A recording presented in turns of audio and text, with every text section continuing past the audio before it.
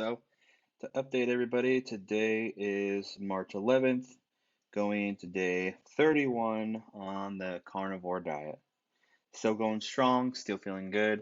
Went to the gym today, felt really good, did a lot of biceps and triceps exercises, a lot of forearm stuff. And then I don't know if this is just me, but every time I do any exercise, my resting break, I usually do just air squats, no weights. Usually, gosh, probably 10 reps. I mean, 10 sets of 10, something like that, just to get the legs warmed up and, keep them limber. No matter what exercise I'm doing, even if I'm doing squats, I like to do some sort of squat exercise. It's one of the best exercises, hand down, I mean. Plus, it keeps me mobile, and now that I'm not having as much knee pain as I have before, it it feels really good. I mean, just to say that off the bat, I mean, it just feels really good. Like doing squats again without, a lot of knee braces or, icing them every time I get home or anything like that. So, still feeling great. Today, I ended up having, what did I have? So, it was more lunchtime, not really breakfast. I had grilled chicken, eggs, and salmon, all kind of like on the same plate. And then for dinner, I actually had ground beef.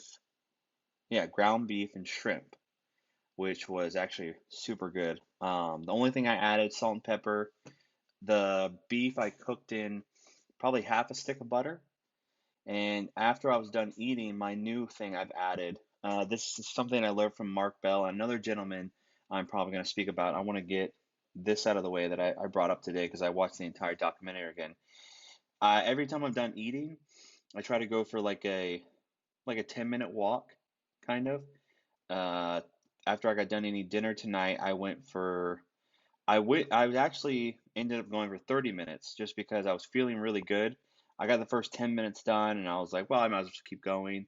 And then I actually jogged back, which was, it felt good because I could feel like my usual stopping point before, where I couldn't do it at all and then kind of doing it. And now I'm getting that feeling back where it's like, oh, I keep going, and it feels incredible. Anybody that, that is used to running or misses, I mean, it's somebody that, everybody has their ups and downs about running, where it's like sprinting's better, walking's better, blah, blah, blah.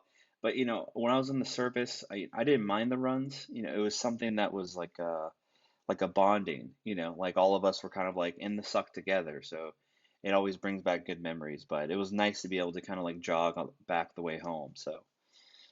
So, like I was saying before in the last video, a documentary called Fathead. It actually came out February 3rd, 2009. And I remember watching this documentary because I was really big to any documentary, period, pretty much. And it was probably, I gotta get my water in. It was probably a little bit after that Super Size Me documentary came out, which, if you haven't given that a rewatch, you really should because it's just so ridiculous now to think about it. I mean, I get that he was trying to do it for a good reason, but this aspect of like pretty much calling people from any lower class era just dumb, saying that people are too idiotic to realize that fast food is bad. Come on. Since the beginning of fast food, everybody realized that fast food was what it was. It was supposed to be a fast food. And then, of course, as we started to evolve and people wanted to go into more job forces, women wanted to get into the job force. Sure, they should. I mean, good for them. Some of them exceed better than men.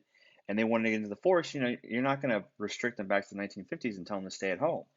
So obviously, we had to start producing faster ways of food. Everybody didn't want to cook. So then, obviously, what fast food did and what marketing did, they started figuring out ways to give us more time. So, more convenient food, more fast food. And it's kind of hard to blame them for giving us what we wanted. I mean, it was either, when I was growing up, both of my parents worked. They both had full-time jobs, completely different places. And we didn't eat a lot of fast food, but I mean, I remember having it sometimes. But then other times, my mom would try to cook, or she would go to, Publix or Walmart and get some of that pre-made stuff, or my dad would do something. It just became more of a conveniency when both parents were working, and kids were gone, and it was just something we should have expected. But the fact that eventually we got to a point where we're sitting there blaming them for our own mistakes, that's just ridiculous. So I like this documentary because in Fathead, he kind of calls the whole thing, just a load of baloney. It's full of baloney. You know, he goes at it same way, only living off fast food for 30 days. But like a normal human being, he uses his mind and his brain. So he doesn't have the fries, doesn't have the soda, only has maybe like a burger, two burgers. And I didn't realize it till now when I'm watching it because he never says it. But he's actually doing a ketogenic diet. He kept all of his carbohydrates, I believe, under 100 throughout his entire day, which I think of the ketogenic diet, I think I believe, I want to say it's maybe 30, don't quote me, but I think it's like 30% carbohydrates. But I know that he was only doing 100, but like, wouldn't have the fries, wouldn't get supersized, would try to drink water, sweet tea, and then the only exercise he did was a walk 6 days a week, or playing with his two girls and stuff like that. And he started off the diet, body fat percentage was 31.1, and his weight was 209. At 28 days, his body fat percentage was 21.1, and his weight was 194. And his doctor was absolutely furious because in the documentary, you can see that his doctor is kind of like, okay, I don't know how you're doing this or why you're proving this point because this is 2009. This is way before anybody was really coming out in the open about the ketogenic diet. It was still in the hidden walls of medical files that no one wanted to find out about.